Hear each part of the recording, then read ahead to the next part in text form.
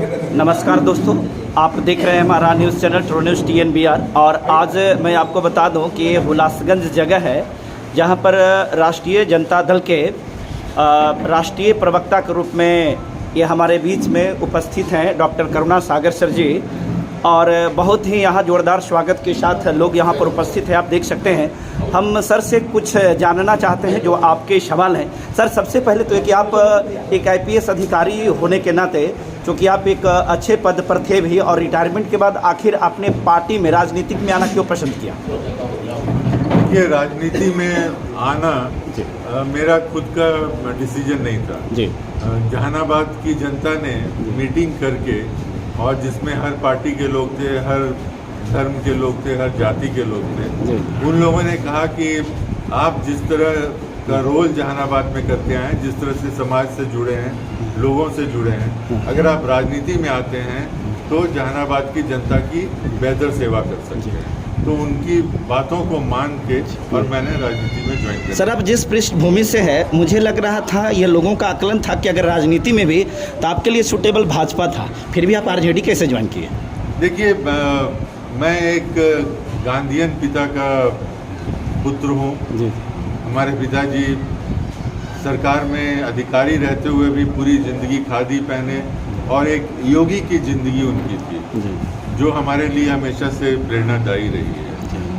और जब हमने पढ़ाई लिखाई की, उसके बाद जब नौकरी की, तो हमेशा प्रगतिशील विचारधारा से जुड़ा रहा, और इसलिए मैं आज भी उसी विचारधारा के साथ अपने आप को कंफर्टेबल महसूस करता हूँ, सहज महसूस करता हूँ, जो जिस विचारधारा से समाज में एक सबको लेकर, सबके साथ विकास की जो परिकल्पना हो, समाज का जो दलित, शोषित, वंचित, पीड़ित, कमजोर वर्ग हो, उसको शक्ति मिले, ऐसे समाज की परिकल्पना जो पार्टी करती है, मैं उस पार्टी के साथ खड़ा हूँ।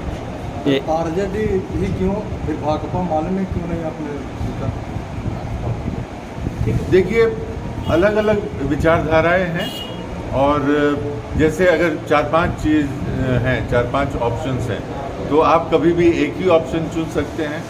तो मुझे जो आदरणीय तेजस्वी जी हैं, उनका नेतृत्व, उनकी विचार और उनका जो A to Z का जो नारा है, उसने बहुत आकर्षित किया। कहीं संख्या बल तो नहीं प्रभावित किया आपको? जी, पार्टी की संख्या बल तो नहीं प्रभावित किया आपको? नहीं, अभी इन्होंने पूछा कि आपको भाजपा ज़्यादा सूट करता था, भाजपा के पास ज़्यादा MPs MLAs हैं। ठीक है, बिहार में इस समय RJD सबसे बड़ी पार्टी है। तो लेकिन जब हमने 32 साल सरकारी सेवा दी और सरकार में रहकर काम किया और सरकार के काम को समझा, तो उसके बाद अगर मुझे एक ऐसी पारी खेलनी है जिसमें समाज सेवा मुख्य है, तो उसके लिए मुझे ये देखना था कि सबसे बेहतर प्लेटफॉर्म कौन है। और हमारे जैसे लोग, मैं अपने आप को एक बुद्धिजीवी, एक समझदार इंसान के तरह समझता हूँ। तो हमारे लिए मानसिक और वैचारिक जो समानता है, वो किसी भी दूसरे कंसिडरेशन से ज़्यादा महत्व रखता है। ये सर कि अभी आपने सृजन संवाद कार्यक्रम में बताया कि बिहार में शिक्षा में बहुत पिछड़ेपन की स्थिति है, जिसके वजह से लोगों को नौकरियां नहीं मिल रही है, प्राइवेट सेक्टर में वो कॉम्पिटेंट नहीं है।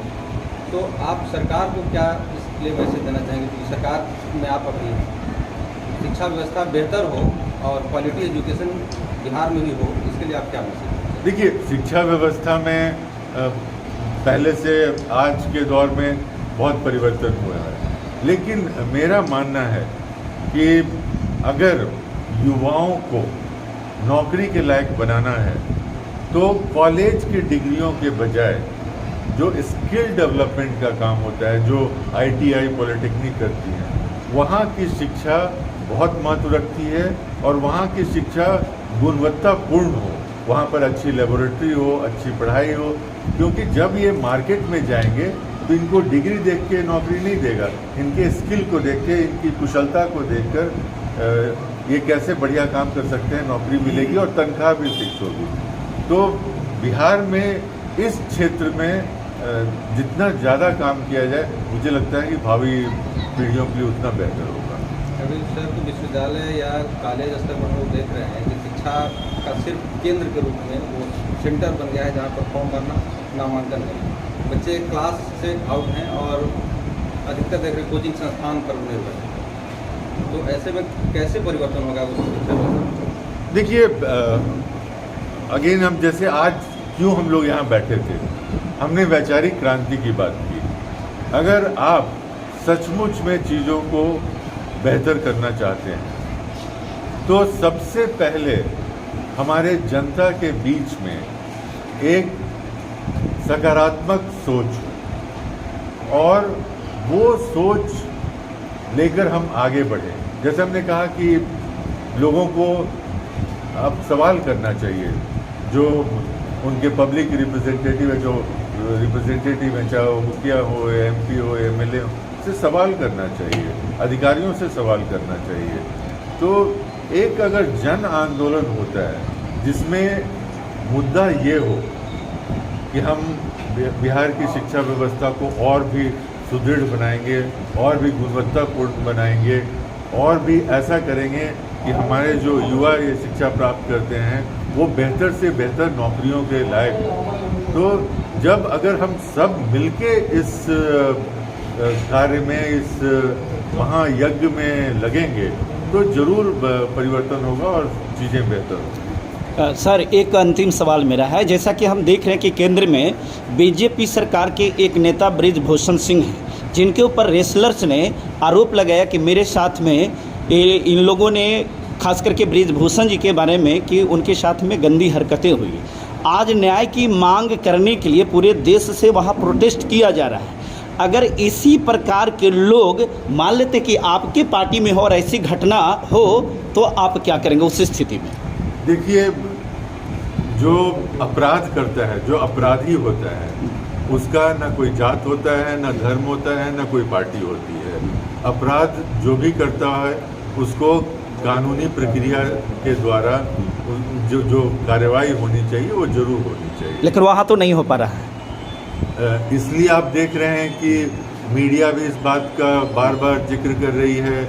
सिविल सोसाइटी के बहुत सारे ऑर्गेनाइजेशंस वहाँ जुड़ रहे हैं, बहुत सारे लोग वहाँ आ रहे हैं और सरकार के ऊपर दबाव बनाने की कोशिश कर रहे हैं कि जो ऐसे खिलाड़ी हैं जिन्होंने भारत का अंतर्राष्ट्रीय स्तर पर गौरव दिलाया है, जिन्हें गोल्ड मेडल मिला है, ऐसे ऐसे क्षेत्रों में जहाँ पहले कभी पदक नहीं मिलता था, आज और वो लड़कियाँ, तो हमारे अगर हम लड़कियों की और महिला सशक्तिकरण की बात करते हैं तो उसका सबसे पहला तो टेस्ट ये है कि ये जो महिलाएं हैं जो इतनी मजबूत हैं, जो अखाड़े में लड़ सकती हैं, आज वो अपने अधिकार के लिए जंतर मंतर पर बैठी हैं, तो ये बहुत दुख की बात है। एक आखिरी सवाल सर, ये आप इस पार्टी में आए हैं, आपका उद्देश्य हम जानना चाहते हैं कि आप नेता बनना चाहते हैं या फिर सामाजिक कार्य करते हैं?